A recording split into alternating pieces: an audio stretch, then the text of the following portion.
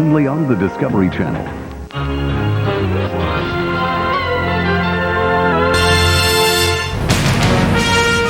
For 30 years, the nuclear submarines of the United States and the Soviet Union were locked in a menacing game of hide and seek, carrying the threat of instant annihilation right to the shorelines of their enemies.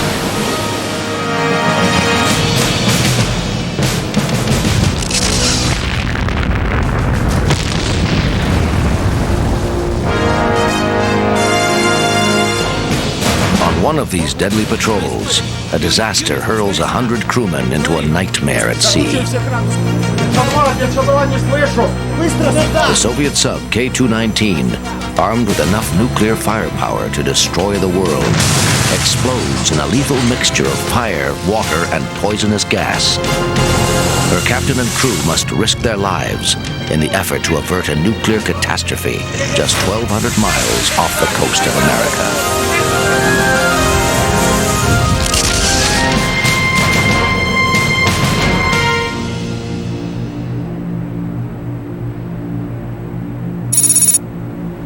September 3rd, 1986, Northern Fleet Base, Gadjevo, USSR, home port for most of Russia's 84 boomers, a Navy term for missile-carrying submarines.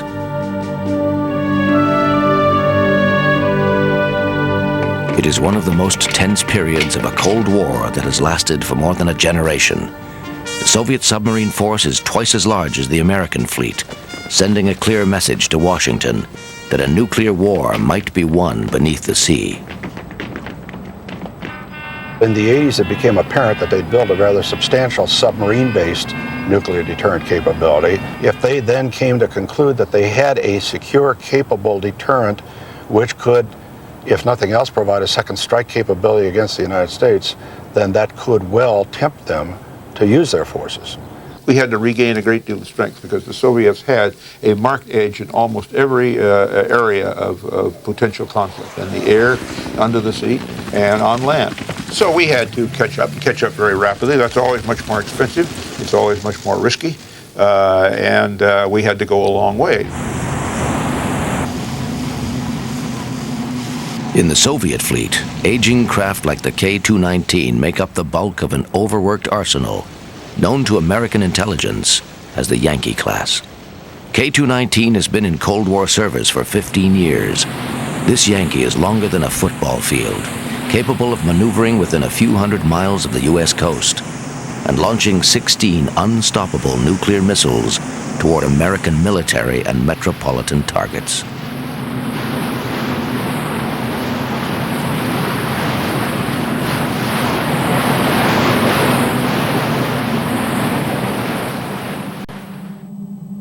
At the bow, 18 torpedoes to sink American warships in underwater combat. The Central Command Post, or CCP, the sub's nerve center. At the heart of the sub, nuclear missiles, each with a different U.S. target and the power to kill millions. Further aft, the atomic reactors that allow the sub to stay submerged for months without refueling.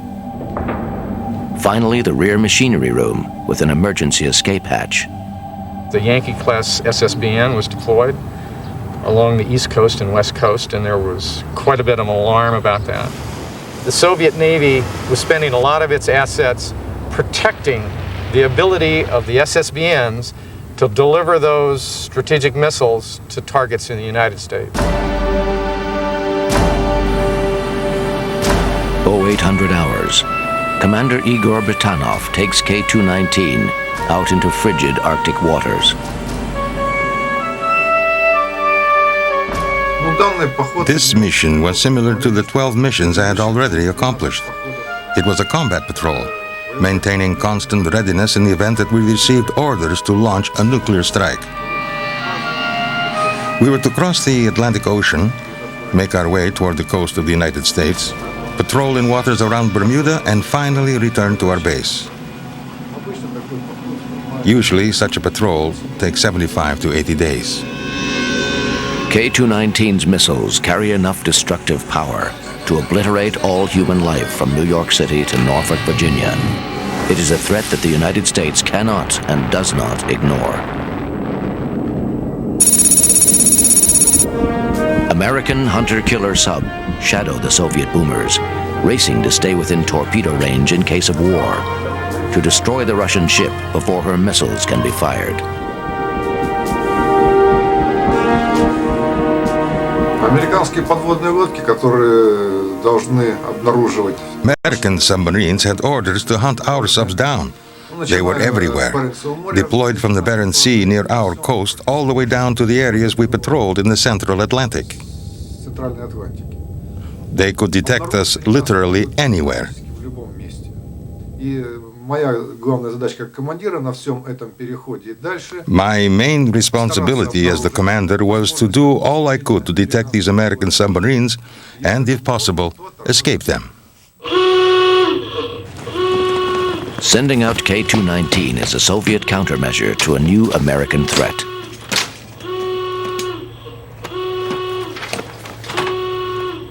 In the mid-1980s, Pershing and Tomahawk nuclear missiles menaced the Soviets with instant destruction from launch sites in Western Europe.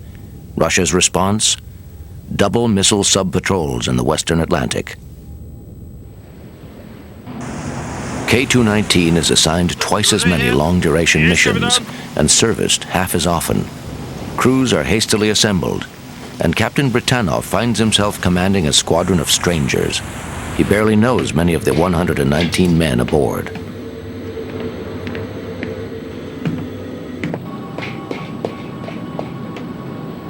One of them is a young nuclear reactor expert named Nikolai Belikov. This was not our ship. We were assigned to this sub at the last moment, literally a month before the mission. All our training and preparation had been conducted on another submarine. We were transferred to this ship and had very little pre-mission time to ready ourselves for our combat duty.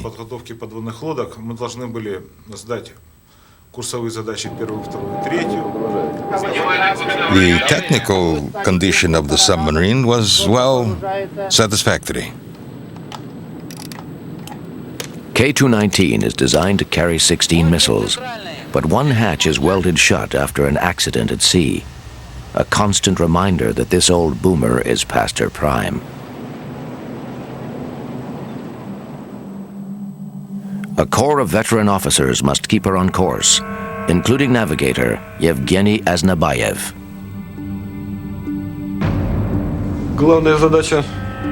Our main objective was to remain undetected. We were constantly on the high combat alert, ready to launch our nuclear missiles. No point making a secret about it now at the United States. It is Aznabayev's job to guide 219 toward America, without America knowing where she is.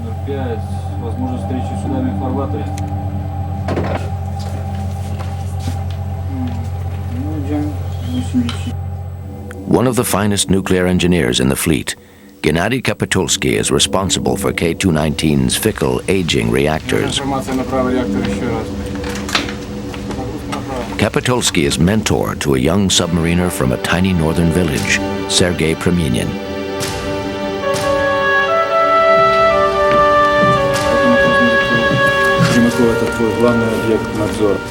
Sergei Preminin was one of the seamen in our crew. He was a young man, only about 20 years of age. He was that kind of man that keeps Russia together and keeps the Russian Navy together. One of those simple, responsible and confident young men that makes Russia and its Navy what it is.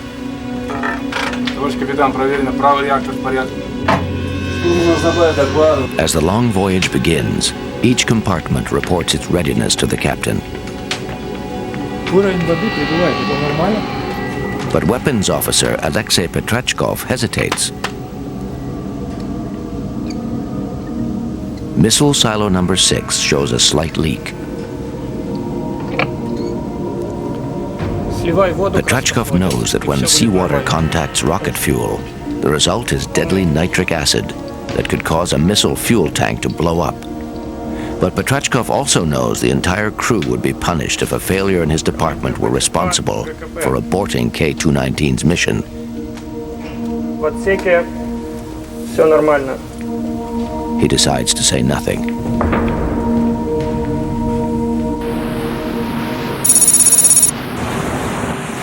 At his command post, Britanov issues the order to dive.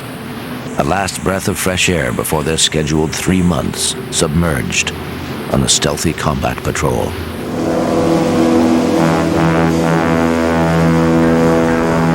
Captain Britanov knows the deep water game of cat and mouse has already begun.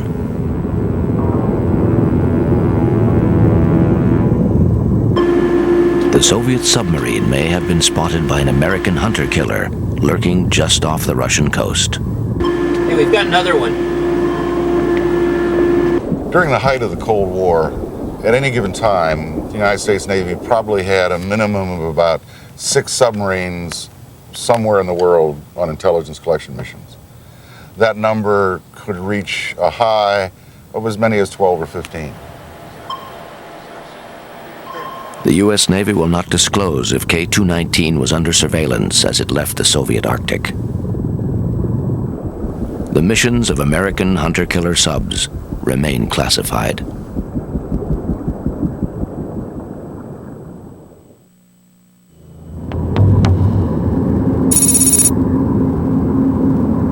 September 5th, 1986. Britanov knows he is approaching the sophisticated American surveillance network known as SOSUS. Hundreds of thousands of tiny microphones on the ocean floor filter out cargo vessels and whale songs to detect the signature engine noises of Soviet nuclear subs. It is Britanov's challenge to sneak through.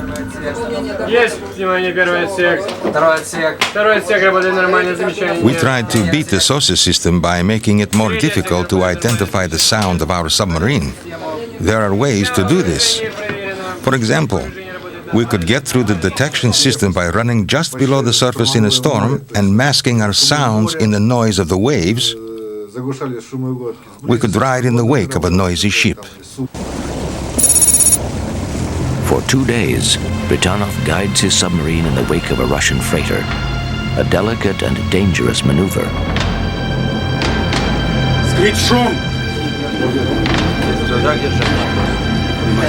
After a day or 2, or even 3, we would finally reach the Atlantic Ocean, still hiding behind the freighter. And out in the open sea, it was easy to mask our noise. We had overcome the main danger of being detected. The tactic works. Of the 6 Soviet submarines deployed in the Atlantic at this time, only one escaped SOSUS. K-219 has broken free.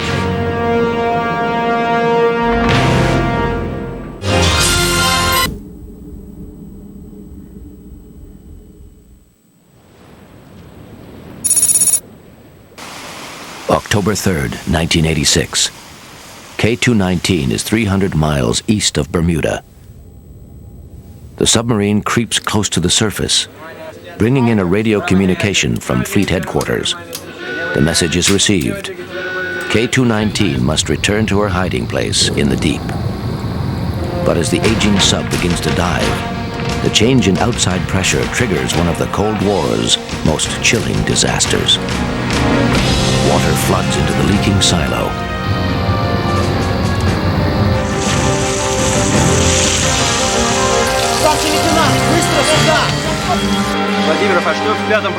Alarms sound throughout the ship.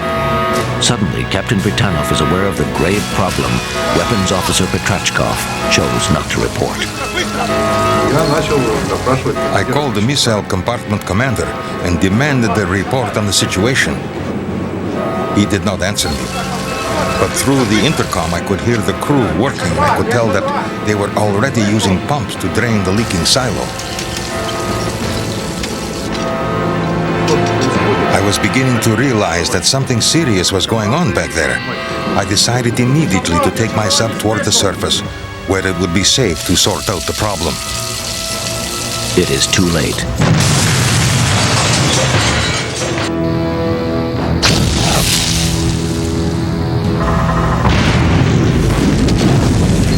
Corrosive seawater eats through the thin skin of one nuclear missile. Its fuel tank explodes in a deadly brew of flame, water, and poison fumes. Thousands of gallons of water surge through a gaping wound in the submarine's outer shell. The sub is sinking. Britanov decides that to save his men, he must ignore his strict orders to remain hidden in the ocean. He must get his submarine to the surface, or 119 men are doomed.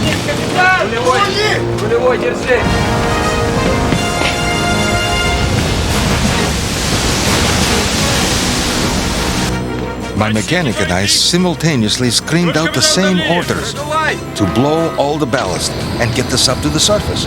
It was an emergency. Who knew how bad the damage was? Maybe there was a hole through the side.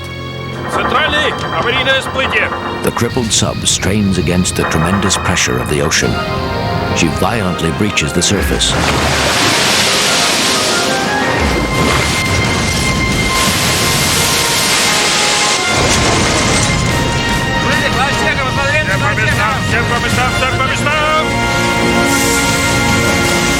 In the weapons room, the flooding eases and the fire is out. But poisonous fumes from the missile fuel tank choke the crewmen caught inside. Their lungs gurgling and foaming. 3 of them die before the rest are pulled to safety. Petrechkov's decision not to report the leak has cost him his life.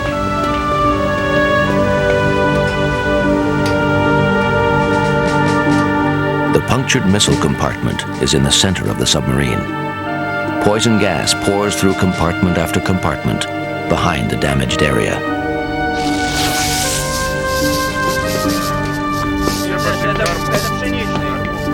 KGB officer Valery Shenishny orders 60 men to flee for clean air at the rear of the sub. I heard the emergency alert. I ran out of the compartment asking, "What's happened?" At that precise moment, the commander announced to the intercom, "Maximum alert, poison gas is coursing through the sub." Beyond a sealed door, the KGB man and half the crew are safe. For now. Britanov orders navigator Ajnabayev to send an emergency plea for help to fleet headquarters in Russia, 5,000 miles away.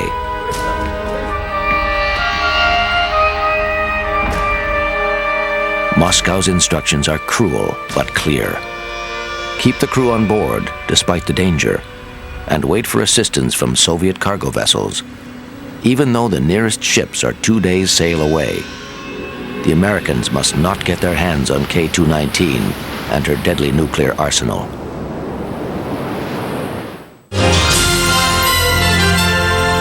Takes notice. In October of 1986, I was the senior intelligence officer for the U.S. Atlantic Command based in Norfolk. This particular morning, when I came in, my watch officer showed me some ship tracks that indicated some merchant ships had significantly deviated from their planned routes. Schaefer knows that Soviet subs are in the area. He suspects the merchant ships have been diverted to assist a sub in trouble. At that time, then, I recommended to our operations people that they launch the ready-duty P-3 Orion ASW aircraft that we had in Bermuda and send it to the location that I specified, and I felt there's a good possibility when they got there that they would find a Soviet submarine in some distress.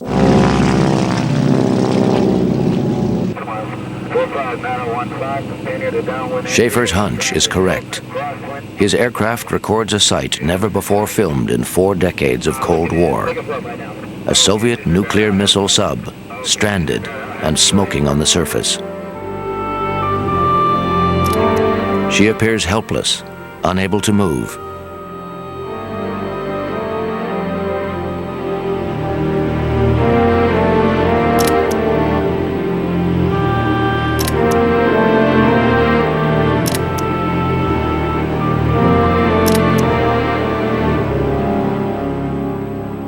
And the brown fumes that are seeping from her shredded skin hint at contaminated conditions below. The images reach a fascinated audience in Ronald Reagan's Washington. In 1985, I became the director of the White House Situation Room. It is an alert center in the White House that serves multiple functions, most of which deal with processing incoming information that is important to the White House staff, the National Security Council. Having come from the Navy and being grounded in naval intelligence, I was lucky and able to call the Director of Naval Intelligence and ask him personally to send over some pictures because I knew the President would be interested in seeing a Soviet submarine on the surface. And I was right, he was interested. There is another reason for intense American interest. Though the incident remains classified, there is speculation that the leak in the Soviet sub was caused by a collision with a U.S. nuclear submarine.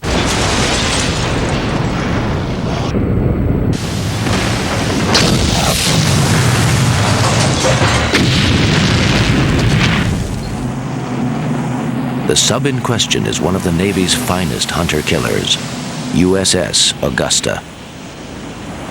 3 weeks after the disaster, an American newscast reports that Augusta has suffered severe damage, the result of a collision with a Soviet sub. The submarine Augusta is being repaired under this dry dock shed in Groton, Connecticut. Pentagon sources now reveal that chances are good the Augusta collided with a Soviet sub. The collision caved in a portion of the hull and damaged the nose covering which houses the sub's sensitive sonar and guidance systems. Damage is estimated at $1.5 million. Vice Admiral Dan Cooper was commander, submarine force for the Atlantic in 1986. He admits only that Augusta was in the area. The Augusta at no time had a collision with that particular submarine. There was no other submarine of our nation anywhere near there before or during until the Augusta got out near with orders merely to observe. What did the Augusta hit? Soviet naval authorities say it may have been another of their subs, sent to assist K-219. Even Captain Igor Britanov of K-219 does not believe he hit the Augusta. There is no way I can support this theory. There was nothing to indicate another sub's presence. I want to stress this word, nothing. There were no traces of a collision, no sounds, no creaks, no groans. I know how it feels when you hit something. While K-219 founders helplessly, the U.S. Atlantic Fleet sends a tugboat called the Powhatan to get a closer look and offer to tow the enemy vessel. Yeah, this is Charlie Zulu.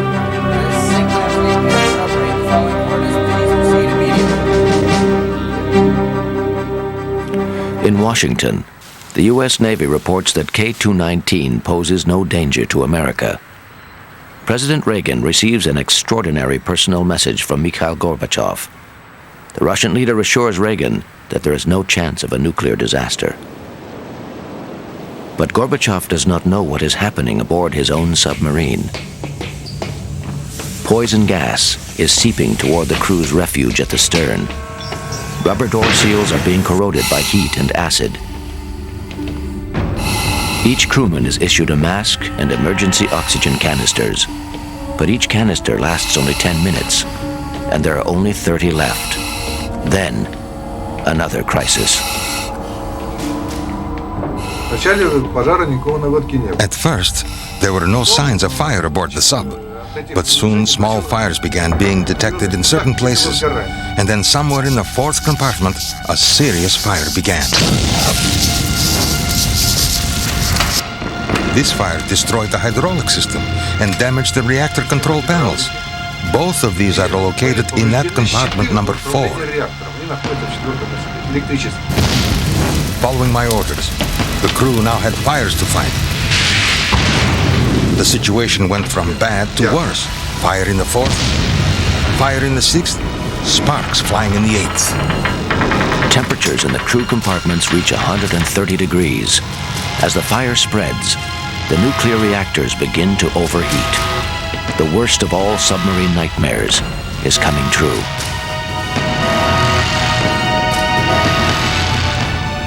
The reactors must be shut down. If they burst, the explosion will kill everyone on board, and an underwater Chernobyl will be unleashed in the Atlantic.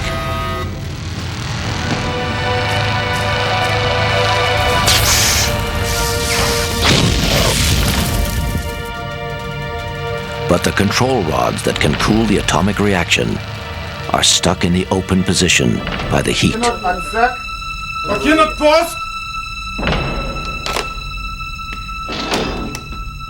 A nuclear reactor can explode from excessive heat. The result would be massive nuclear contamination, first inside the sub and then of the surrounding waters. Captain Britanov knows he must ask one of his crewmen to risk his life to save the others.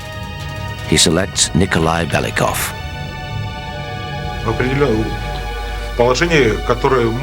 We knew that the position of the rods given certain conditions could result in a nuclear disaster. There was no choice. The commander ordered us to lower the 4 baffles to their safe, locked positions. No one in America knows the drama that is being played out 1,200 miles from America's shores. Only Belikov and young Sergei Preminin are qualified to deactivate the reactor. Radiation levels are high enough to render the men sterile, despite their protective suits. But there is no other way, no other choice. The first time I went into the reactor compartment on my own, the heat was intense. It was more than 50 degrees Celsius. I struggled down to the reactor and managed to lower 1 baffle. Just then, my oxygen canister ran out. I went back in for a second attempt, this time with Seaman Preminin. Between us, we managed to lower the next 2 baffles. Just as I began working on the 4th baffle, I began to suffocate. We were out of oxygen once again. We had to get out of there fast.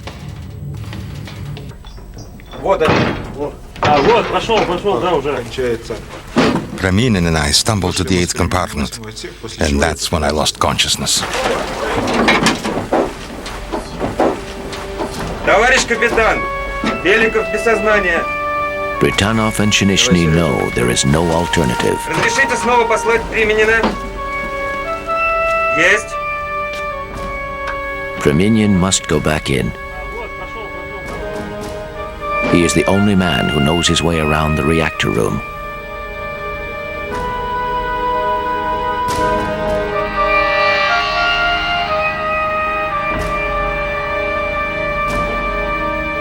Preminin does not need to wait for Britanov's command.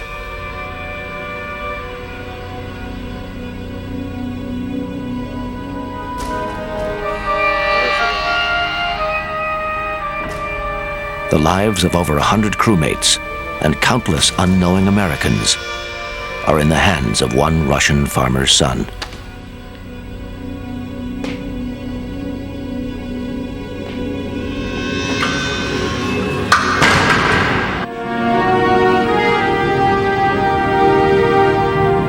One more rod remains to be wrestled into place.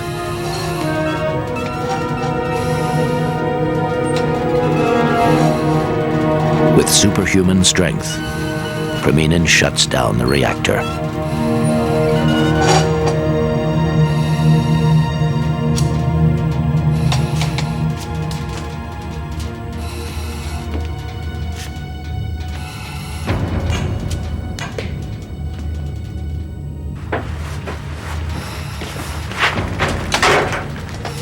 The door leading to his comrades and his own survival will not open. The air pressure created by the heat of the reactor room has jammed the hatch. The young hero is trapped.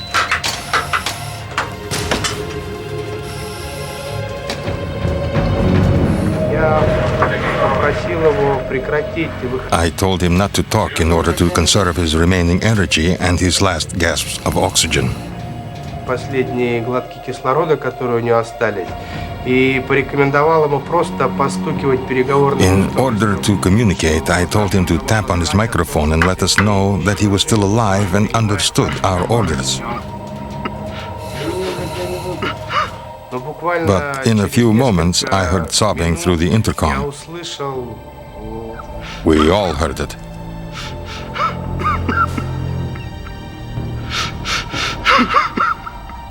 I realized that Sergei was tearing off his mask. He was probably out of oxygen and he was suffocating. Then the knocking stopped, as well as my communication with him. He died in that compartment, suffocating, sacrificing his life for the lives of the whole crew. These were the last minutes of Sergei Pramenin. Serежа.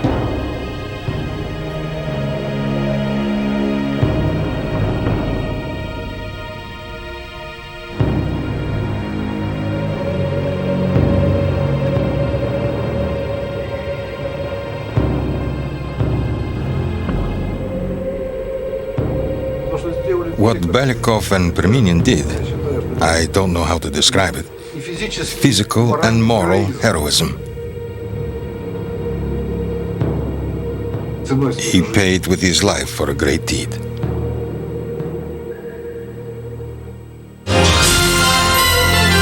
Soviet cargo ships have arrived, but their orders from Moscow are preposterous. The crew must stay on board, accept no help from the Americans, and tow the K-219 back to Russia. The towing speed was limited to just 3 or 4 knots. That's very slow. Just try to calculate how long it would take, considering that the distance to the base was almost 7,000 kilometers. Al Hunt witnesses the drama from the bridge of the Powhatan. I identified myself as a Navy ship, a U.S. Naval Military Sealift Command ship, and I told them that I had large pumps on board, I had firefighting equipment, I had boats, and I also had towing capability that I could offer assistance to them. Well, at that time they refused. They said, no, just stand by, stay clear. They wanted me to stay 7 miles away. It became obvious to me as master of a towing vessel that they were not going to get where they wanted to go. Aboard K-219, Captain Britanov faces another lethal crisis. The heat in the missile compartment continues to rise. 15 nuclear weapons could explode all at once, a disaster as deadly as a reactor explosion. Britanov is completely cut off from his men. 4 are dead, but 115 are still alive.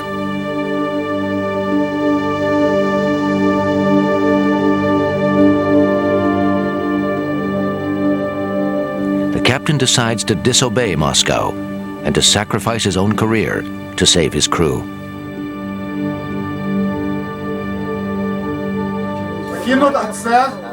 After consulting with the mechanic, we came to the conclusion that the fire in compartment 4 could cause the missiles in that compartment to explode. This meant death to the sub and the entire crew.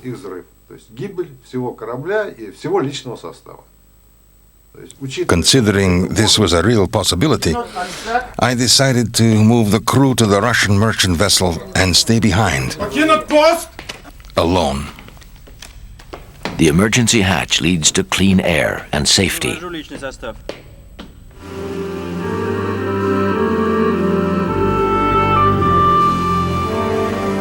Britanov will be alone for the long tow home, knowing his sub could blow apart at any moment. Why did I stay? Well, first of all, as long as the sub is afloat, it is the commander's responsibility. It's his ship. He cannot leave it. It is my ship. There is another reason I stayed. There were American airplanes overhead. Someone even saw a sub's periscope. There was an American tugboat. And if I abandoned my ship, the Americans might have boarded it and claimed it. This ship was mine. For 10 hours, the Soviet freighter tugs the crippled submarine east. The process is agonizingly slow, but the makeshift tow line is holding.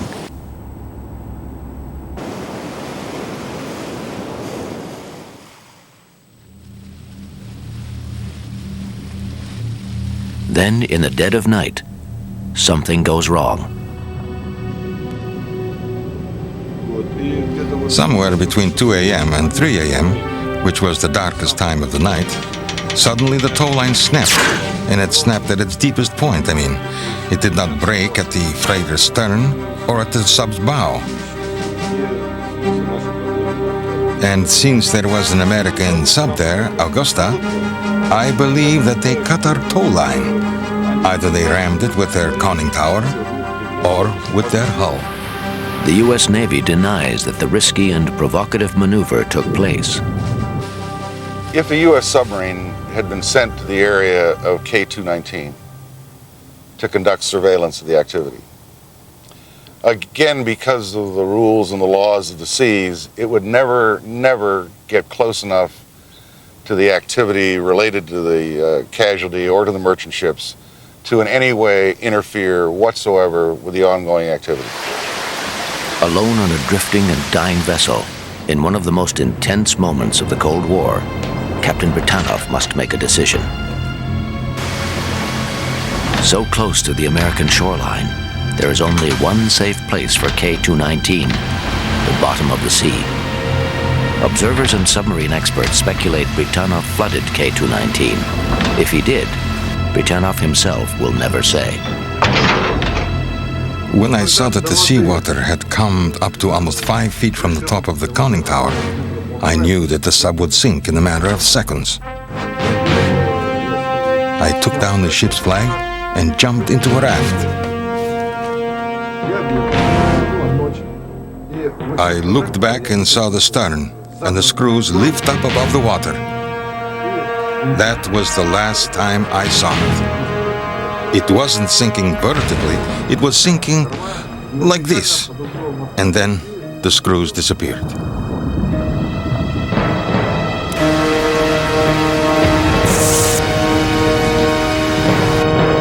1,200 miles from the American shore, the most heavily armed vessel to ever sink plummets 4 miles down to the ocean floor.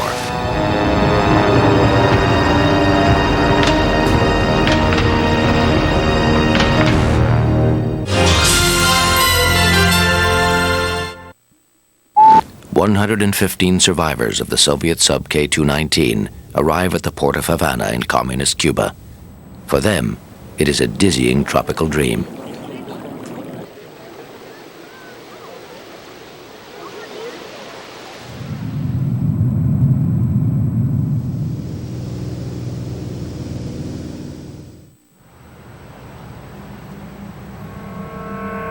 Two days later, Moscow offers a far colder reception. Political officers escort the crew to a rest facility for interrogation. Captain Britanov is received not as a hero, but as a renegade.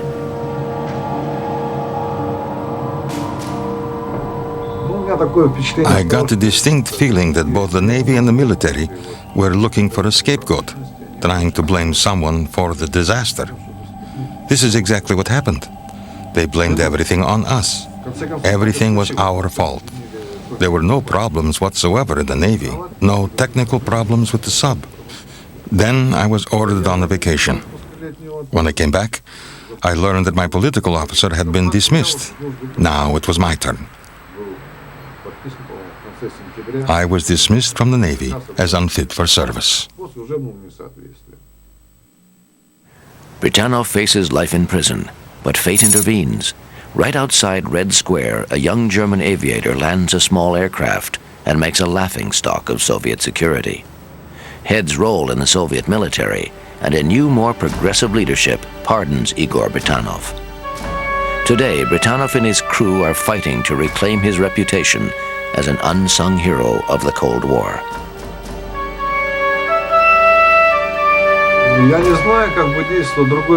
I don't know how a different commander would have acted. I can't possibly comment on this. But I believe that my task of saving the lives of the crewmen, I fulfilled. I wanted to save them, and I did. Sergei Preminin is honored with a posthumous Red Star for his bravery. His father and mother accept his award and the gratitude of the men whose lives he saved. In 1987, the Soviets ceased their Yankee submarine patrols off America. Glasnost is on the horizon.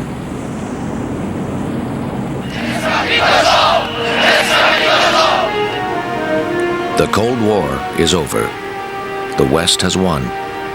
For America, the long fight for peace is worth the price it paid. The question of the Cold War, I think, is the same one that was on the books before the Cold War. It's that if you want to stay at peace, if you want to keep your freedom, you have to be strong, you have to be willing to fight for peace. But you're only going to get that. You're only going to get that peace if you're very strong. The sailors of the Soviet submarine fleet also believed they were fighting for peace. Now their deadly vessels, which once threatened America with instant annihilation, lie broken and rusting in a Russian harbor.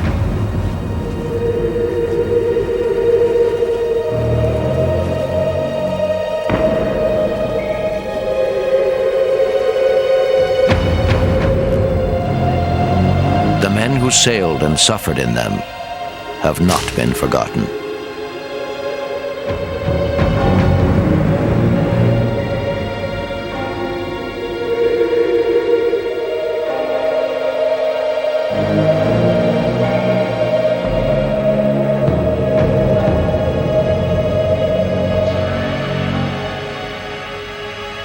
On the walls of a church in St. Petersburg, Russia, public tribute has finally been paid to the casualties of a deadly contest beneath the sea. Men who died in silence in a secret war. That undersea war reached its peak when superpower tensions skyrocketed in 1968. It was a year of confrontation on every continent, in every ocean. In 2 short months, the United States and the Soviet Union suffer their worst submarine tragedies. 200 men are sacrificed to the ocean's depths in 1 year of turmoil, 1 year of death beneath the sea. The story begins in Norfolk, Virginia. Norfolk is the home port for the American nuclear attack submarine Scorpion.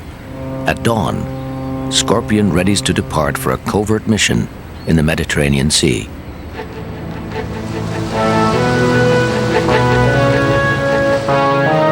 Her skipper is Commander Francis Slattery.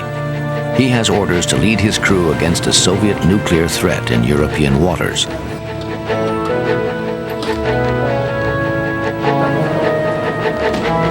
"99 men are aboard. Most are in their 20s, some just barely. Even the officers are all under 40. Many are married with children. They are bound by their elite status, a fraternity called the Silent Service.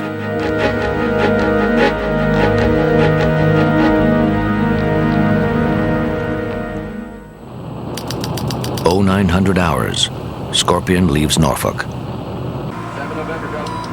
Scorpion is nuclear-powered. Her atomic reactor makes her the fastest submarine in the world. And once Scorpion is submerged, she need not surface for 3 full months. Air and water are created beneath the sea. She will only come home when her crew runs out of food. In the waters off Norfolk, Scorpion submerges and makes her way toward an undersea battle zone. She has come armed and ready for her mission. Scorpion carries 24 torpedoes. 2 have nuclear warheads. In the event of war with the Soviets, Scorpion must hunt down and destroy enemy submarines. Con, this is sonar. We have contact at heading 270. Approaching periscope, yeah. As Scorpion makes her way toward the Mediterranean, a Soviet submarine on the other side of the world prepares to depart on its own deadly mission.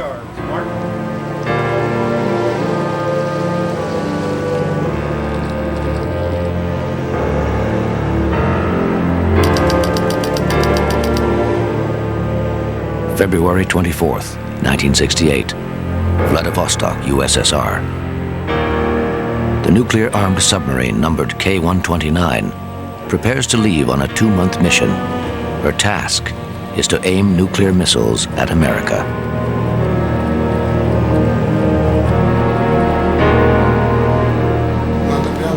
исходили из того, что ядерный конфликт может быть. Let me say it straight. We assumed that a nuclear conflict could erupt. Что другая сторона может. Each of the two sides thought that the other could resort to the use of nuclear weapons.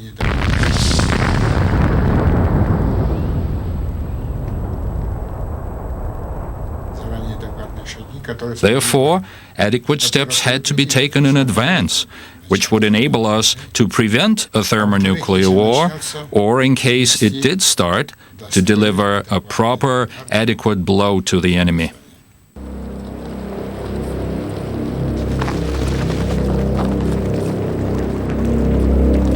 K-129 is one of over 400 submarines built by the Soviet Union since the beginning of the Cold War.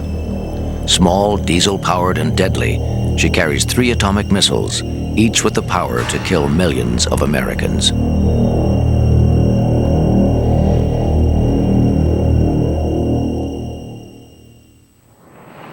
K-129's captain is Vladimir Kobzar, an ace in Communist Russia's highly trained submarine elite.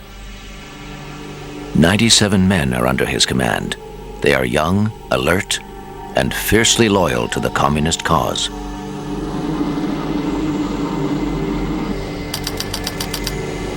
Kobzar takes his submarine out of harbor.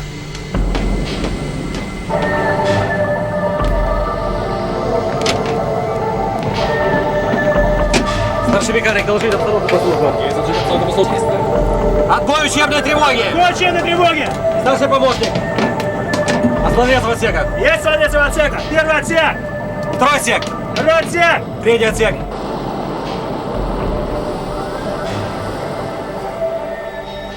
It will take him 2 weeks to reach his target, Hawaii.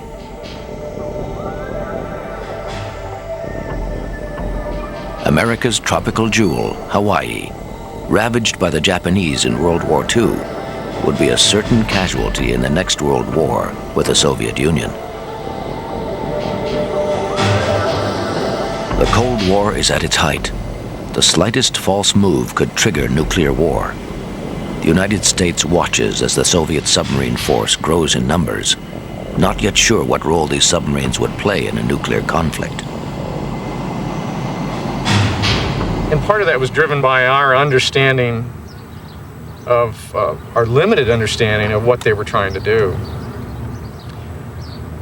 And it was interesting days. In fact, our understanding of Soviet submarine warfare in the early 70s was driven by U.S. submarine officers who looked at the problem through their own biases, through their own red, white, and blue glasses. The U.S. Navy needs to gain an advantage in the war beneath the sea. For 12 days, K-129 makes her way across the Pacific. Captain Kobzar keeps a lookout for his mortal enemies, American submarines and warships. The crew keeps a constant vigil, rotating through the duties which make K-129 a floating missile platform. Each day is consumed by work and rare moments of leisure that pass time on these long patrols.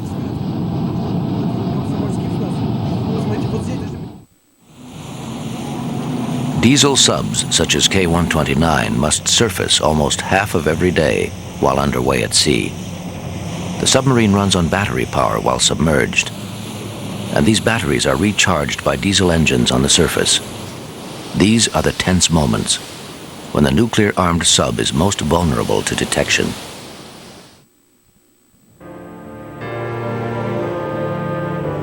March 8, 1968. K-129 is 1,700 miles northwest of Hawaii, about to surface for the unavoidable routine of recharging her batteries.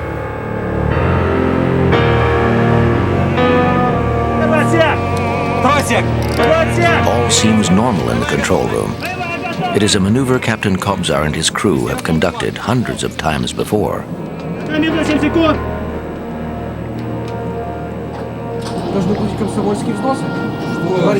But this time, something goes wrong.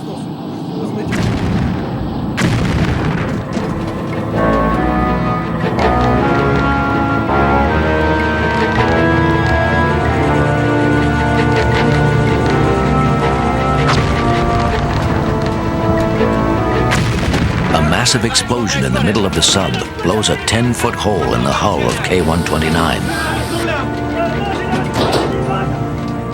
Captain Kobzar has seconds to react.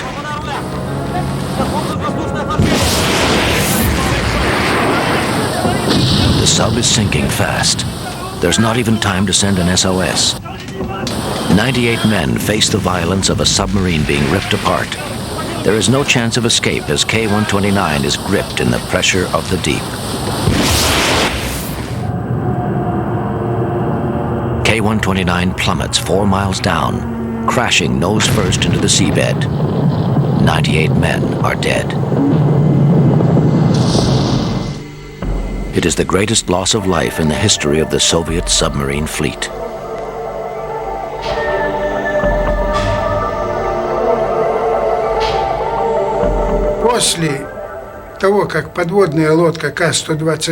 After we lost radio communication with K-129, I was sent to search for that submarine. I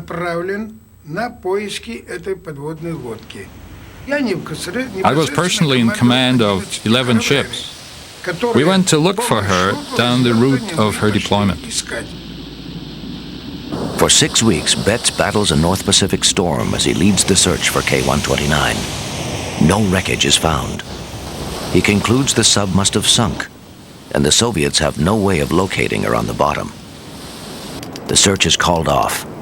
The Soviets consider their submarine and its priceless, deadly secrets lost forever. Submarine Scorpion keeps a cautious eye on K-129's counterparts in waters off Europe. Soviet nuclear submarines are in the Mediterranean Sea for the first time since the beginning of the Cold War.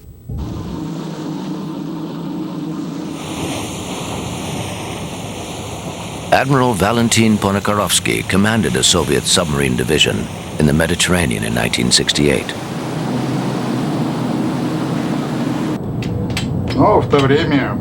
At that time, our task was to match the Americans in mission intensity, and we were accomplishing that task.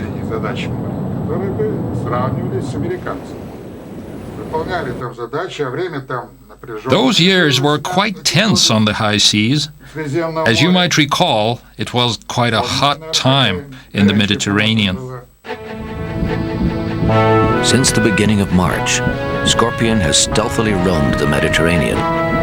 The crew is cramped into a windowless steel shark, compartment after compartment of nuclear undersea technology.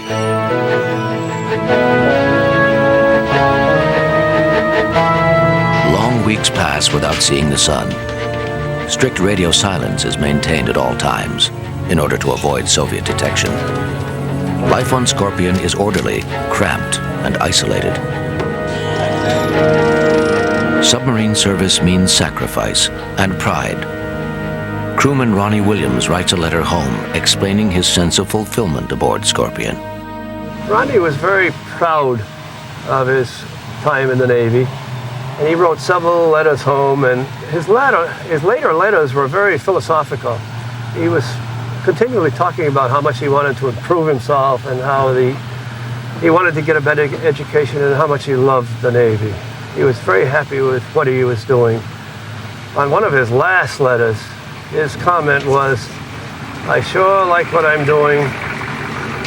I love the Navy." And he says, "Somebody up there must really like me."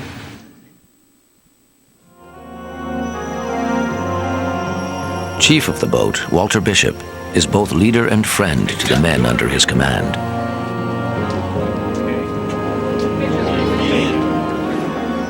Wally Bishop was a very, very strong leader.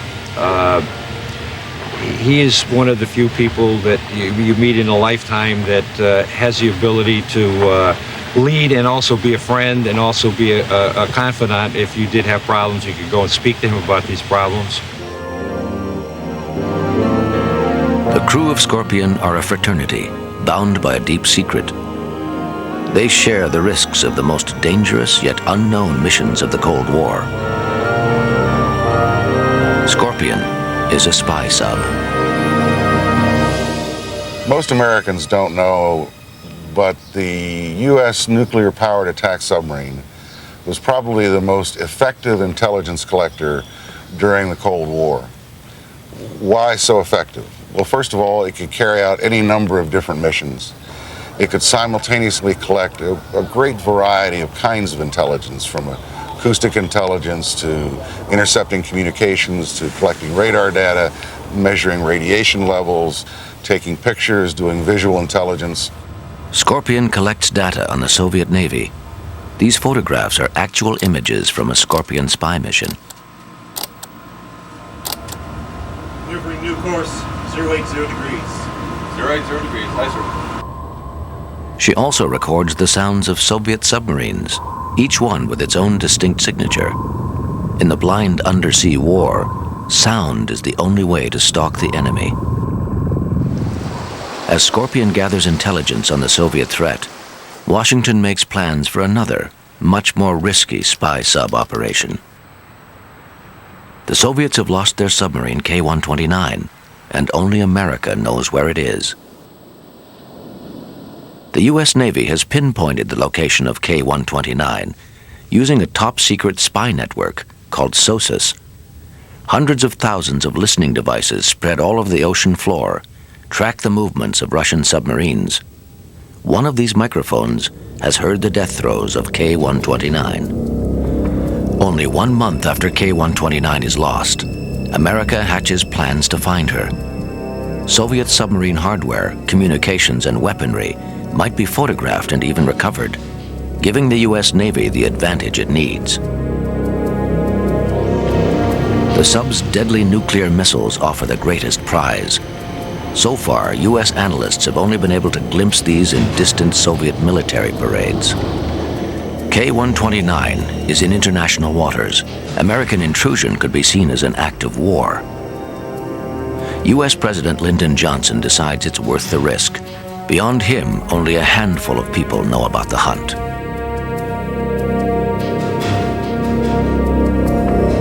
One of those people is a young scientist named Dr. John Craven, head of a mysterious Navy bureau called Special Projects. In the 1960s, I was director of the Deep Submergence Systems Project, the Deep Submergence Rescue Vehicle, large object salvage, and classified at the time a number of intelligence projects. The naval submarine intelligence people began to believe that perhaps there was technology that they could use to carry out a program that they had long wanted to carry out, which was to go and search and find hardware on the deepest part of the ocean. Craven's plan is to equip a submarine with a deep-sea camera. His choice is Halibut, a nuclear-powered sub built in 1959, designed to launch short-range missiles from her deck.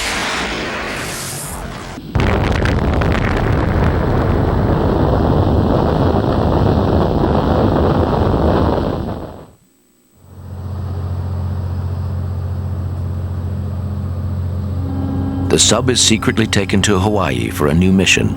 Halibut has a large hangar in her bow, once used to store missiles. This hangar now becomes a floating, stealthy, deep-sea lab. And so we modified a first submarine, the submarine Halibut, which is one that I chose from about 5 or 6 that were made available. And I chose Halibut because it had a large hangar in which we could put large amounts of equipment. Roger Dunham is a young submariner assigned to the strange submarine. To this day, he is forbidden under a security oath to mention the sub by name. I received orders to this vessel, which I will call the Viper Fish. I'm not really cleared to discuss the actual name of the vessel. I walked up to the edge of the dry dock and was absolutely stunned. It was the biggest, the ugliest, the nastiest looking evil thing I have ever seen in my life. The hangar is accessible by a huge door on the top deck. The crew dubs it the Bat Cave. Craven's designers cut bay doors in the sub's bottom, which open and close. Through this hole, a complex photography vehicle known simply as the Fish can descend to 4 miles down. In May 1968, Halibut's crew begins training for their hunt for K-129 in waters off Hawaii. As the United States prepares to gain a Cold War advantage from the Soviet tragedy, cruel fate intervenes. The American nuclear submarine Scorpion is missing. 68, Norfolk, Virginia. An 8-year-old American girl expects a joyful reunion with her father after his 3-month submarine mission. Well, that day, being that it was really rainy, and we expected him to be home when we got home from school. And when he wasn't, sometimes what he would do is he would go and hide, and then we would have to try to find him. So my mom said, that he wasn't there, and we searched anyways, and she said, no, really, he's not there, that the boat hasn't come back yet, and that the Navy's supposed to call us. The call never comes. Scorpion will never come home.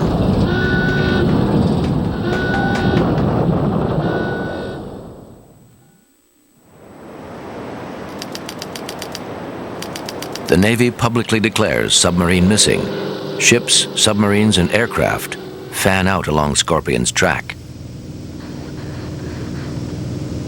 Somewhere out on this vast Atlantic Ocean is the nuclear attack submarine Scorpion, or her wreckage lies beneath it.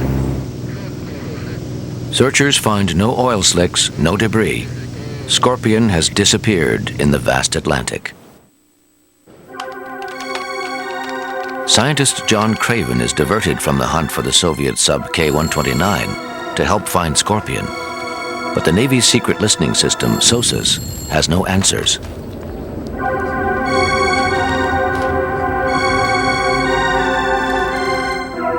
When the Scorpion went down, the first problem that the Navy had was that it was not detected on any of its standard acoustic arrays or acoustic systems.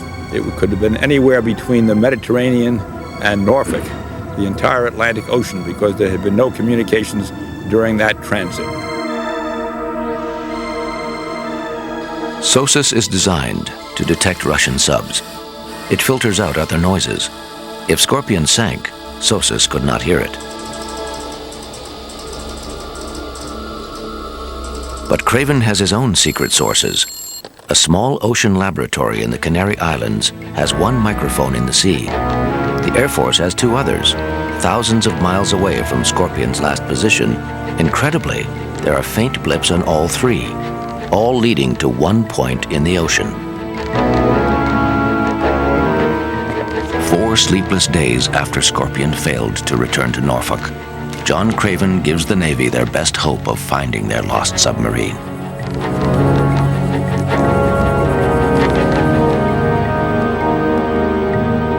The sound originated here on May 22nd, 400 miles southwest of the Azore Islands. The hydrophones detected 3 separate sounds. The first one massive. The next 2, the terrifying death rumbles of a submarine being crushed in the ocean's pressure.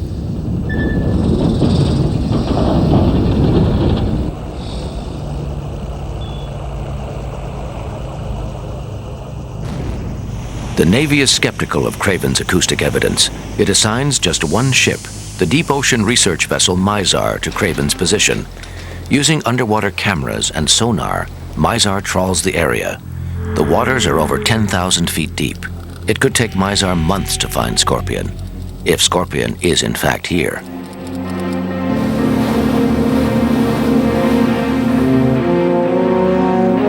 June 5th, 1968. A Navy Court of Inquiry convenes. Most of the inquiry is held in secret. Behind closed doors, Scorpion's last days are reconstructed as the Navy seeks clues to her mysterious disappearance. The mystery begins on May 16th in Rota, Spain. Scorpion makes a brief stop at the U.S. missile submarine base here. Her mission is complete. She's heading home. First, she is called upon to help an American missile submarine evade the Soviet subs lurking in the waters off Rota. 2 Russian subs have set their sights on the American missile carrier, USS John C. Calhoun. Jack Ebert is sonar operator on the Calhoun. His job is to listen through the depths and locate enemy submarines.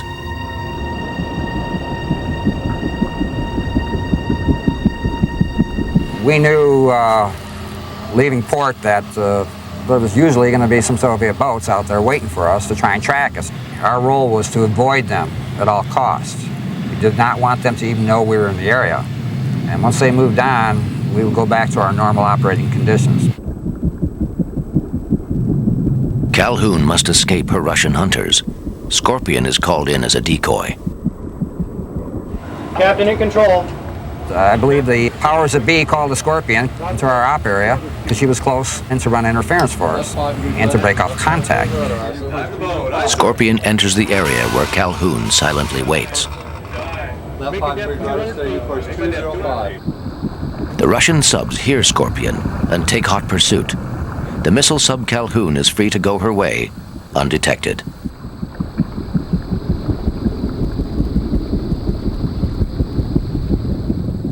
She did her job well. We broke contact with the Soviet boats and we went on our merry way to perform our function, which was again a floating missile platform. After an 85-day patrol, the men of Scorpion have one final mission before returning home. The Navy has a new SOSUS installation close to the Canary Islands. On May 19, 1968, Navy surveillance aircraft detect a Soviet submarine and two surface vessels close to this SOSUS station. The Navy is suspicious. Scorpion is called in to investigate. She makes for the area and observes. Commander Francis Slattery cannot determine what the Soviets are doing. After just one day, Scorpion departs and continues toward home. May 21st, 1954 hours. Scorpion rises to within a few feet of the surface. A radio antenna is extended to send a coded message to Norfolk. No mention is made of the Soviets. The message is simple. Scorpion is 250 miles southwest of the Azore Islands and is expected to reach Norfolk at 1 p.m. on May 27th, 6 days from now. That is the last transmission before Scorpion disappears without a trace. Through the summer of 1968, the Navy's search for Scorpion is daily news. The public knows nothing of the secret search for another downed submarine, the Soviet K-129, in the Pacific. On July 15, 1968, under extreme secrecy, the U.S. spy submarine Halibut departs Pearl Harbor. She is ready for the hunt for the lost Soviet sub K-129. Halibut is under the command of Captain Charles Moore. Moore bears the responsibility of finding the submarine his president so desperately wants. The mysterious disappearance of Scorpion is fresh in the minds of his crew. Moore is forbidden to tell his men that they are searching for another lost sub, this one, Soviet. The knowledge of Halibut results were down on a single page that you could probably count on the fingers of your hand. When the mission went out, the only people that were aware of the mission was the captain and the executive officer, and perhaps an intelligence officer that might have been aboard. Even the sub's navigator does not know why he is taking the sub to the mid-Pacific, or why he's been ordered to fabricate a false course chart for Halibut's crewmen. In 1 week, Halibut has arrived at the point where the Navy's underwater microphone system, SOSUS, detected K-129 sinking. The hunt for K-129 has begun.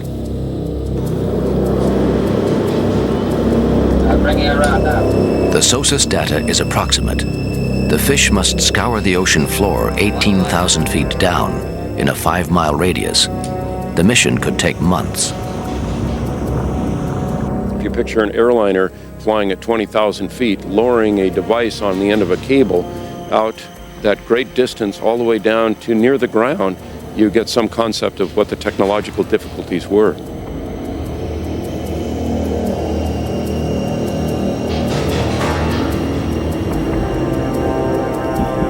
With the fish fully extended on its tether only 10 feet from the ocean floor, Halibut trawls back and forth.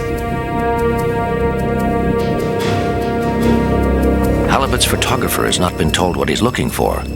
He spends weeks developing meaningless photographs of the alien undersea world.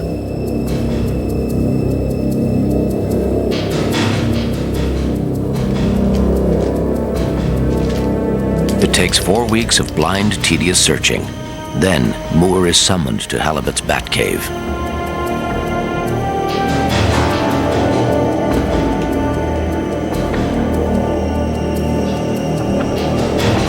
K-129 is found. America has its prize.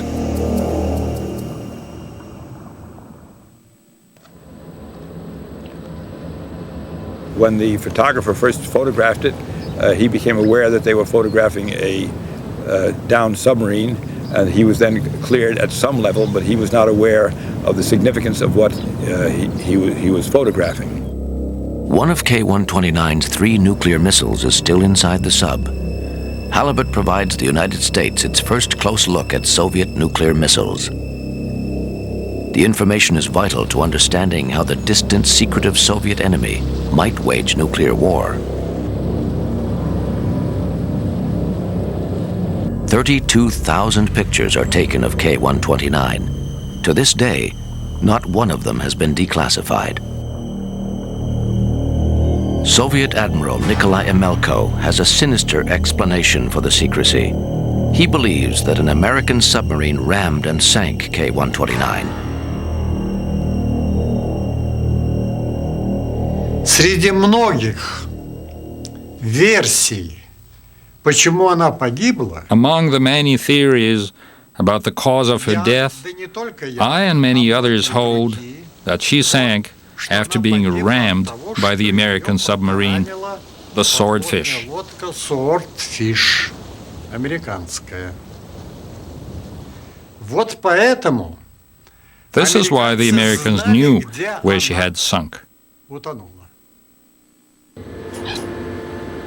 Submarine collisions remain among the most classified incidents of the Cold War. At least 16 collisions occurred. Not one has ever been publicly acknowledged.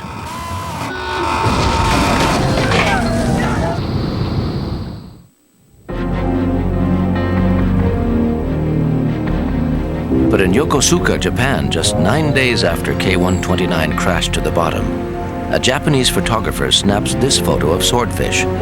The submarine shows no sign of damage.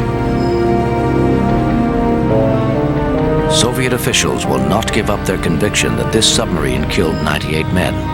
The seed of suspicion is planted.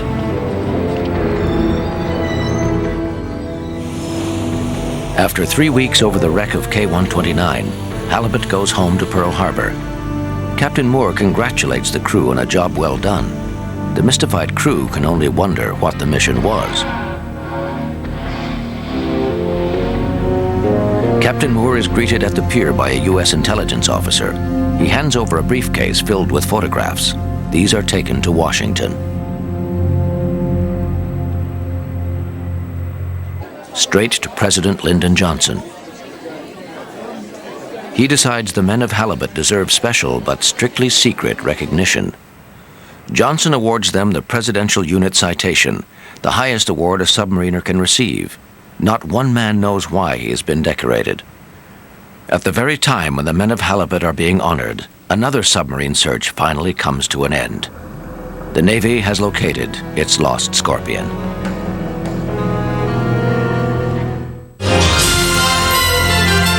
Navy ship Mizar finds the downed submarine Scorpion 200 yards from where scientist John Craven said she would be found.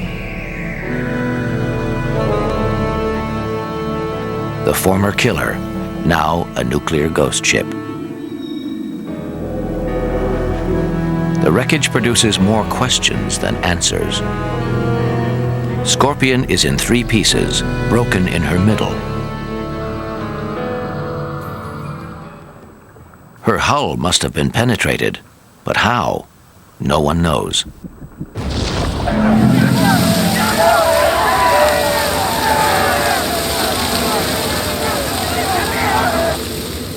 Scorpion's periscopes are fully extended.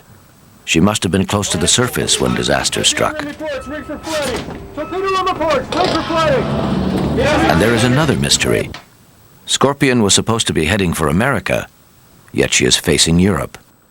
And in our first evaluation, we discovered that if those relative positions were correct, the submarine Scorpion was going in the wrong direction and was headed back toward the European coast. We merely asked the question, why would a submarine skipper heading home turn around and go back?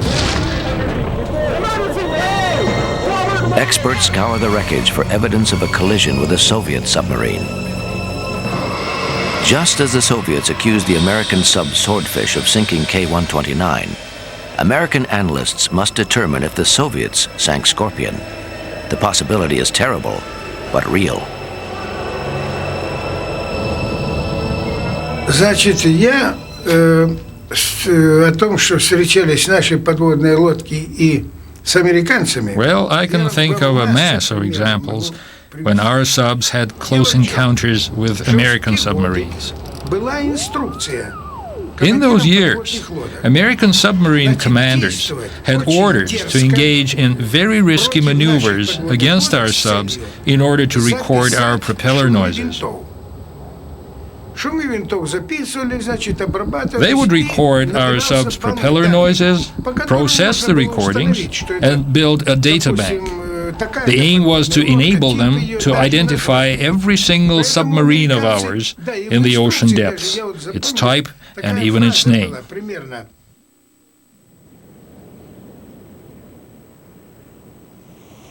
One man above all others would know if Scorpion encountered a Russian sub. Valentin Ponikarovsky commanded a division of Soviet subs in the Atlantic in spring 1968. He denies it. Никакого косвенного, прямого участия. Soviet submarines were not and could not be involved in the loss of the Scorpion, directly or indirectly. Не было и не могло быть. Потому что в этом районе Our subs were many hundreds of miles away from that area. I can state this with full certainty because I was the commander of one of the two submarine divisions operating in the Mediterranean at that time. Our subs would pass submerged along the African coast to Gibraltar, accomplish their missions, and then, after their patrol time was up, head north toward their home bases. The Azores were of no interest to us. There was no point in conducting intelligence missions there.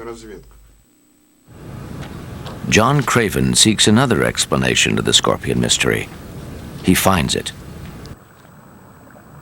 Scorpion carries 16 Mk-37 torpedoes. They are equipped with motors that have a known history of self-starting. The motor can be easily deactivated if the submarine itself is turned 180 degrees, a fail-safe mechanism which prevents a torpedo from homing in on the sub which fired it. Craven's theory is that Scorpion never completed that turn. The malfunction worsens, the torpedo detonates. The explosion floods the bow of the submarine. Then a second catastrophe. The back of the Scorpion telescopes. No one on board would have survived this implosion.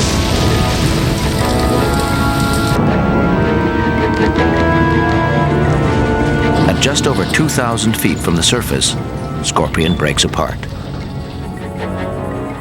The inquiry has its answer.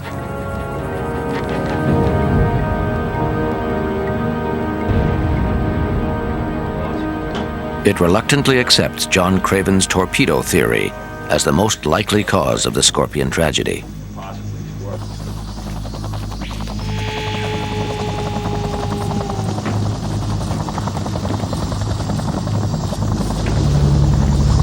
The case is closed, and other events in 1968 dominate world attention. The assassination of Martin Luther King in March, Robert Kennedy in June, and the daily televised carnage of Vietnam overshadow Scorpion. The tragedy of K-129 is completely covered up. The Soviets never publicly admit their loss, and Halibut's mission is supposed to remain secret forever. It is as if neither sub ever existed, but the story is far from over.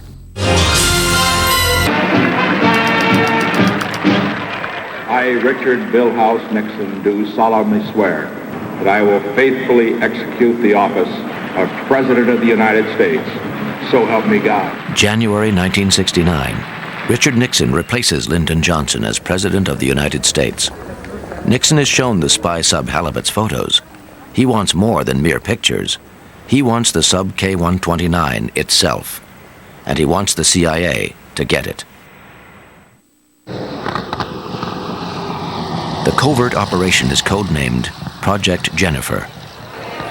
The front is an eccentric billionaire, famous aviator and CIA operative, Howard Hughes. The cover story is classic, sensational Hughes. Deep ocean mining for precious metals. Between 1968 and 1974, Hughes builds Glomar Explorer. It is hailed as the most advanced mining vessel in the world. What the public does not know is that the ship's $500 million price tag is being paid not by Hughes, but by the CIA. The inside of Glomar Explorer has nothing to do with mining. The moon pool, a cavernous empty space into which K-129 is to be raised.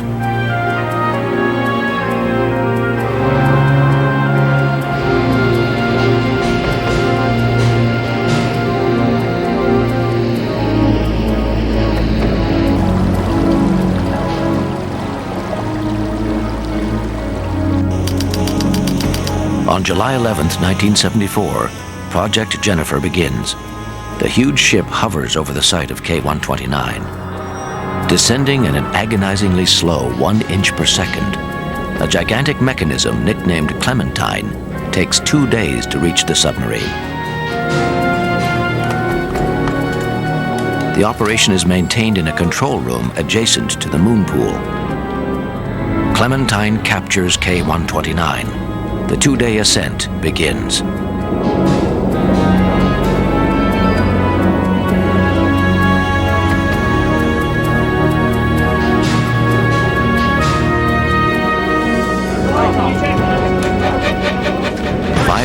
Feet from the bottom, the mission takes a terrible turn. Clementine's arms snap. 2/3 of the submarine fall back to the ocean floor.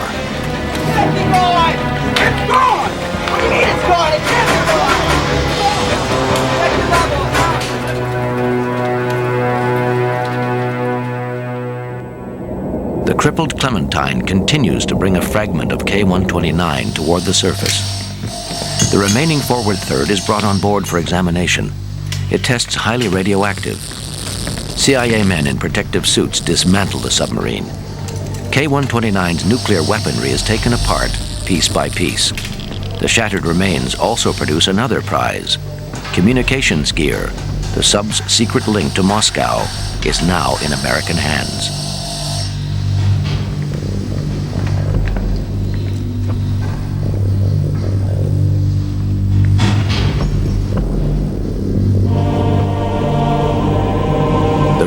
Of 6 Soviet seamen are also recovered.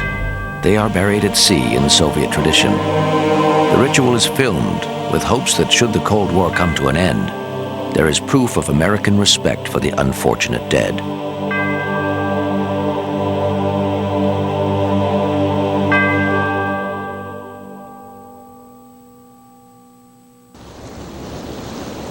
Clementine is disabled, but the CIA still wants more. Plans are made to return the following year for a final mission to retrieve K-129. But on March 15, 1975, the CIA's ambitions are destroyed. Documents are leaked to the press, having been stolen in a mysterious robbery at the Hughes headquarters. By the time the story is revealed, Hughes is on his deathbed. The robbery remains unsolved.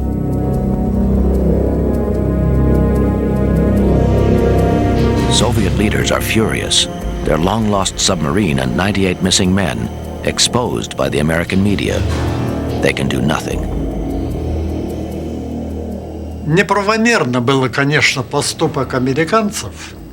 The Americans had no legal right to raise a foreign submarine in neutral waters, especially since it was already clear that it was our submarine. The United States does not want to incite the Soviets. No further operations are conducted over the gravesite of K-129. But America's own submarine, Scorpion, is a different matter. Submariners are not satisfied with John Craven's theory of a torpedo accident. In 1985, the Navy summons Woods Hole Oceanographic Institution to re-examine Scorpion. Robotic cameras try to enter the torpedo room and fail. But one fact is clear. The torpedo room hatches are blown outward, as if from an internal explosion. With no other evidence, John Craven's theory of a torpedo accident prevails. The Navy has still not affirmed, and I will not affirm, that it is the torpedo that caused the loss. Okay, and the reason for that is that regardless of how good the evidence is, it's only a probability. I personally believe that the highest probability is that it was a torpedo, and that other scenarios are of lower probability. The Navy believes that there are several theories have equal probability. And again, depending upon whose ox is gored, you will find naval officers that choose one or the other. Whatever caused the Scorpion tragedy, the United States Navy never loses another nuclear submarine.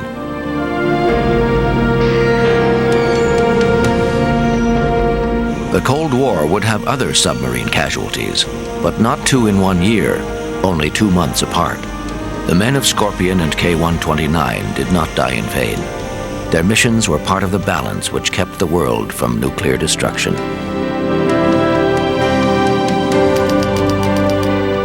For families of Scorpion, a simple memorial proclaims their loss. They gather on Pier 22 at the Norfolk subbase, the same hour, the same place where they waited in vain 30 years ago. I'm both honored and humbled to be here today to remember and pay tribute to the brave crew of USS Scorpion who were lost at sea 30 years ago this month. Few events are so locked in time as the loss of Scorpion in May of 1968. Pause with me now as we remember our shipmates still on patrol on USS Scorpion. Commander Francis Atwood Slatery, commanding. Executive Officer Lieutenant Commander David Bennett Lloyd. Chief of the boat, Chief Torpedoman's Mate Walter William Bishop. Tribute is paid to the men who never came home. Petty Officer Stephen Charles Nixon. Petty Officer Joseph Francis Miller Jr. Petty Officer Cecil Frederick Petty At a small pierside ceremony, their legacy is finally honored.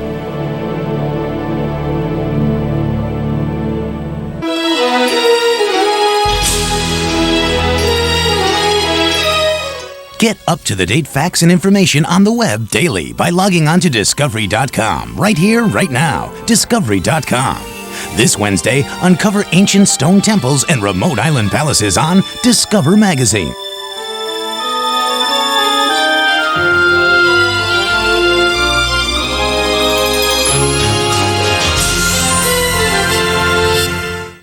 Next, it was the world's first war to be won by mechanical skill. Learn how these unarmed machines dominated the battlefield on machines that won the war.